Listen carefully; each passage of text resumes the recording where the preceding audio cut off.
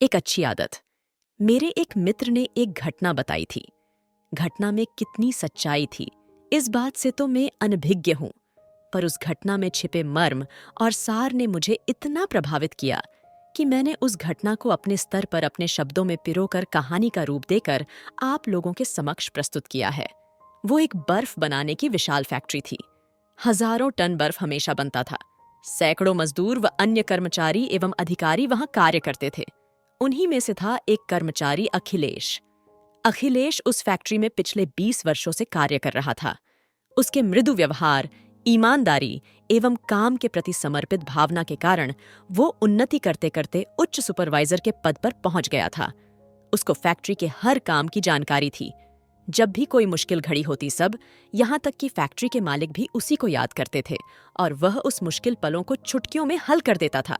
इसीलिए फैक्ट्री में सभी लोग, कर्मचारी व अन्य अधिकारी उसका बहुत मान करते थे। इन सब के अलावा उसकी एक छोटी सी अच्छी आदत और थी। वह जब भी फैक्ट्री में प्रवेश करता, फैक्ट्री के गेट पर तैनात सुरक्षा गार्ड से लेकर सभी अधीनस्थ कर्मचारियों से मुस्कुराकर बात करता, उनकी कुशलक्षेम पूछता और फिर अपने कक्ष में जाकर अपने काम में लग जाता। और यही सब वह जब फैक्ट्री का समय समाप्त होने पर घर पर जाते समय करता था।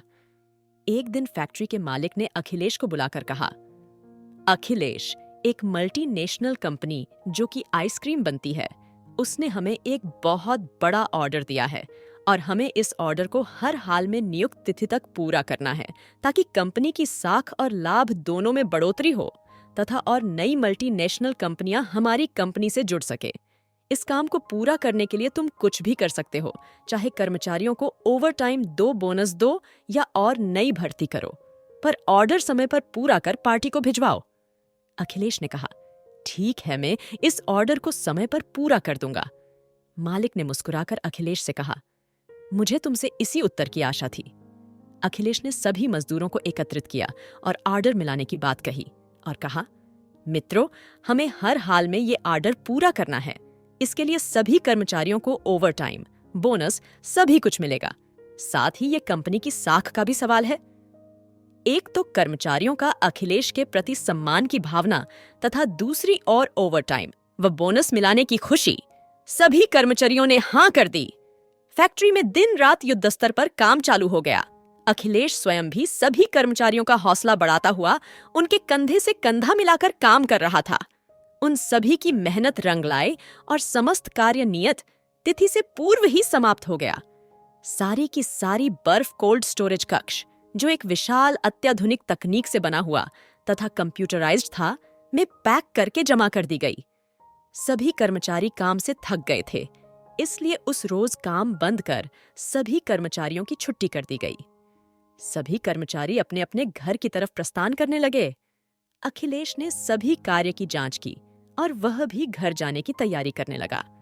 जाते जाते उसने सोचा, चलो एक बार कोल्ड स्टोरेज रूम की भी जांच कर ली जाए कि सारी की सारी बर्फ पैक्ड और सही है कि नहीं।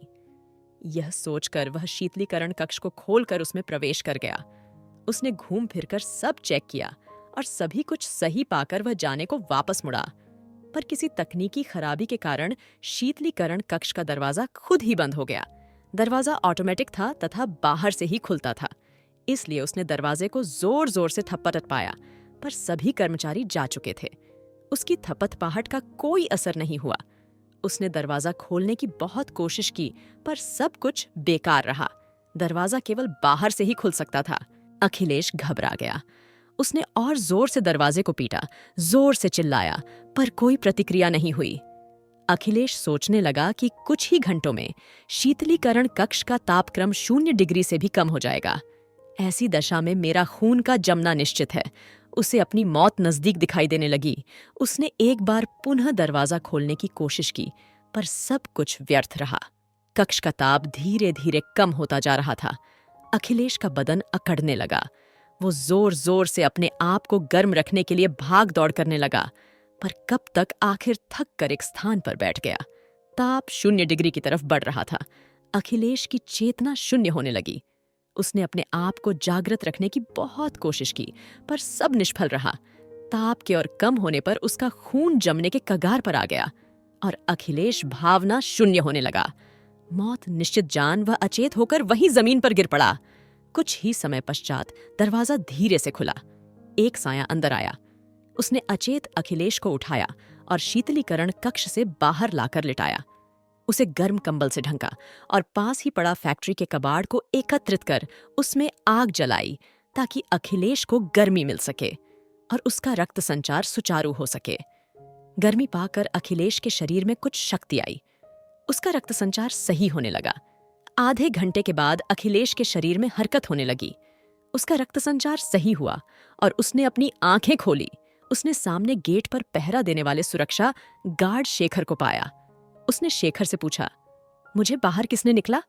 और तुम तो मैं गेट पर रहते हो तुम्हारा, तो फैक्ट्री के अंदर कोई कार्य भी नहीं, फिर तुम यहां कैसे आए? शेखर ने कहा, सर मैं एक मामूली सा सुरक्षा गार्ड हूं। फैक्ट्री में प्रवेश करने वाले प्रत्येक व्यक्ति पर निगाहें रखना तथा सभी कर्मचारियों व अधिकारियों को सैल्यूट करना, ये ही मेरी ड्यूटी है। मेरे अभिवादन पर अधिकतर कोई ध्यान नहीं देता। कभी कभी कोई मुस्कुराकर अपनों गर्दन हिला देता है, पर सर एक आप ही ऐसे इंसान हैं जो प्रतिदिन मेरे अभिवादन पर मुस्कुराकर अभिवादन का उत्तर देते थे। साथ ही मेरी कुशलक्षेम भी पूछते थे। आज सुबह भी मैंने आपको अभिवादन किया। आपने मुस्कुराकर मेरे अभिवादन का उत्तर दिया और मेरे हाल चाल पूछे। मुझे मालूम था कि इन दिनों फैक्ट्री में बहुत काम चल रहा है जो आज समाप्त हो जाएगा, और काम समाप्त भी हो गया। सभी लोग अपने अपने घर जाने लगे। जब सब लोग दरवाजे से निकल गए तो मुझे आपकी याद आई कि रोज आप मेरे से बात करके घर जाते थे, पर आज दिख ही नहीं दिए। मैंने सोचा शायद अंदर काम में लगे होंगे, पर सबके जाने के बाद भी बहुत देर तक आप बाहर आते दिख ही नहीं दिए तो मेरे दिल में कुछ शंकाएं उत्पन्न होने लगी, क्योंकि फैक्ट्री के जाने आने का यही एकमात्र रास्ता है। इसीलिए मैं आपको ढूंढते हुए फैक्ट्री के अंदर आ गया। मैंने आपका कक्ष देखा, मीटिंग हॉल देखा, बॉस का कक्ष देखा, पर आप कहीं दिखाई नहीं दिए। मेरा मन शंका से भर गया कि आप कहाँ गए। कोई निकलने का दूसरा रास्ता भी नहीं है। मैं वापस जाने लगा तो सोचा चलो शीतलीकरण कक्ष भी देख लूं, पर वो बंद था। मैं वापस जाने को मुड़ा, पर मेरे दिल ने कहा कि एक बार इस शीतलीकरण कक्ष को खोल कर भी देखूं। मैं आपातकालीन चाबियां जो मेरे पास रहती है से कक्ष खोल तो आपको यहां बेहोश पाया। अखिलेश एकटक शेखर के चेहरे की ओर देखे जा रहा था। उसने सपने में भी नहीं सोचा था कि उसकी एक छोटी सी अच्छी आदत का प्रतिफल उसे इतना बड़ा मिलेगा। उसकी आंखों में आंसू भर आए। उसने उठकर शेखर को गले लगा लिया।